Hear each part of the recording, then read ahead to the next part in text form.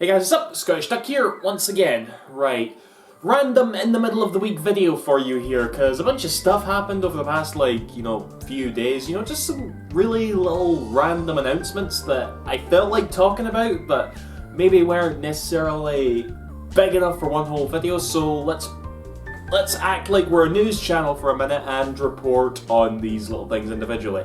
And it really is stuff that doesn't fucking matter. It's only stuff that I find interesting. I mean, I'm not even going to talk about the new Nintendo president that just got,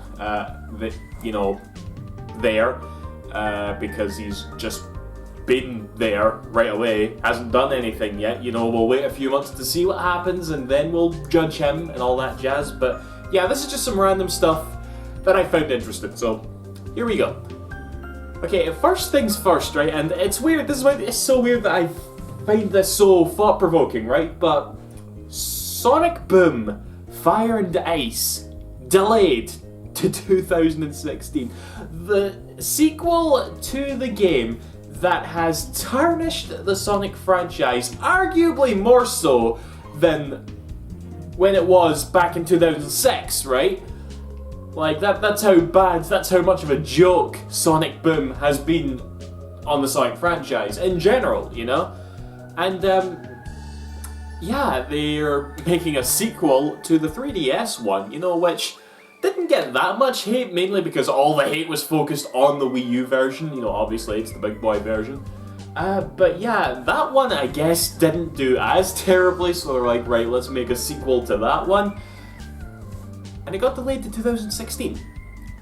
Now, correct me if I'm wrong, but I don't think they've ever done that for a Sonic game, okay? Like, Sonic games always release in November, Sonic 06, November. Main series ones here I'm saying, Sonic 06, November. Shadow the Hedgehog, I'm pretty sure it was November. Sonic Unleashed, Sonic Colors, Sonic Generations, they were all November, November's my birthday month, okay, so Sonic games were like another thing I'd always look forward to. But yeah, the fucking thing was gonna come out in November, because that's the holiday season, Christmas money, all that jazz. But it's getting delayed to 2016, and it's like, are you actually giving a shit, Sega, about Sonic Boom Fire and Ice? Do you actually think that the reception of this game is that essential, is that crucial, right, that you feel like you need to delay it to 2016, okay? It's like, so what, you actually want this game to be well received? You're not just throwing it out there because Sonic fanboys will buy it? It's like, it's interesting. It's really interesting to me. It's like, okay, it got delayed, you're focus testing it, it's like, so it won't, I don't know, it's so weird to me that they would actually go and delay it, and again, it's stupid, because it's a fucking sequel to a shite game that just made the franchise laughable, but it got me a bit more intrigued. Maybe that's the plan, maybe the game's already finished and it's a big buggy mess, but they just decided to delay it 6 months just so people can be like, so it's gonna be better, okay, maybe that was it. We'll see anyway, Anyway, on to something else. Nintendo of Europe finally got their thumb out their arse and said that they're going to be localizing Story of Seasons, right?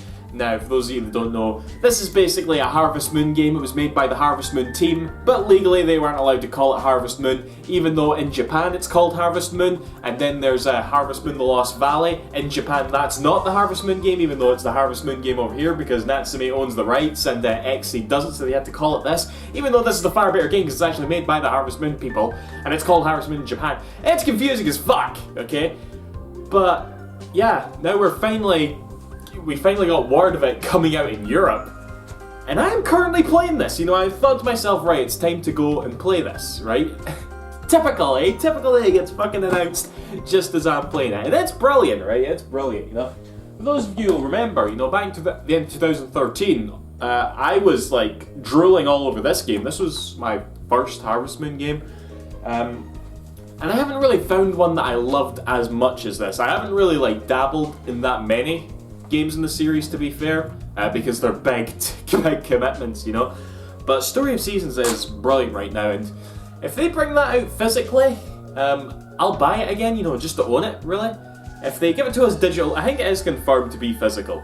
But if they give it to us digital only, nah, it's just... That's probably like another rant I could go into altogether, you know, it's like... Well, I've moaned about physical versus digital so much over the years, there's really no point. But, yeah, it's... I like to bitch about it, basically, yeah, and I will always bitch about it, provided that I get the chance to. But we're alright here, we're getting it physically.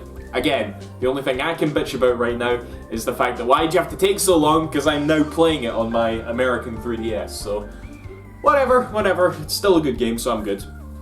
And the other night there, I completed Tearaway Unfolded. Now, I was, see the thing is, I think I said this in my last video, right? I really liked Tearaway on the Vita, right?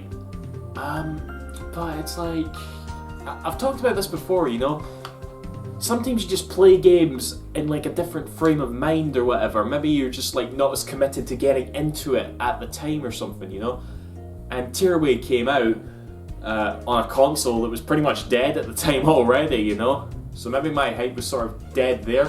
And here's me looking for a PS4 game to get into and all that. This comes out and I end up loving it a lot more.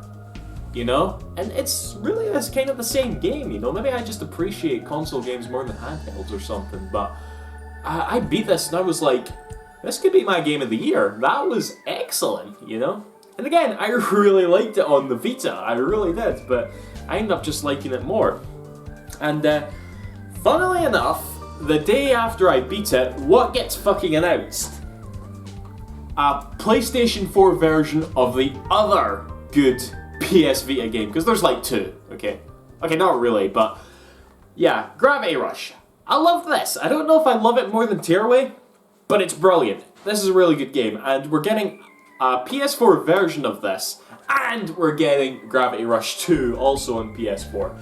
Not on Vita. Sorry Vita, you're getting no love, I'm afraid, but yeah, Gravity Rush. Brilliant game. Absolutely brilliant. Again, I don't know which I like better, Tearaway or Gravity Rush, but yeah. I highly recommend both of them, absolutely, you know. Obviously, if you have a Vita, you've probably played Tearaway and Gravity Rush, because otherwise, what are you playing?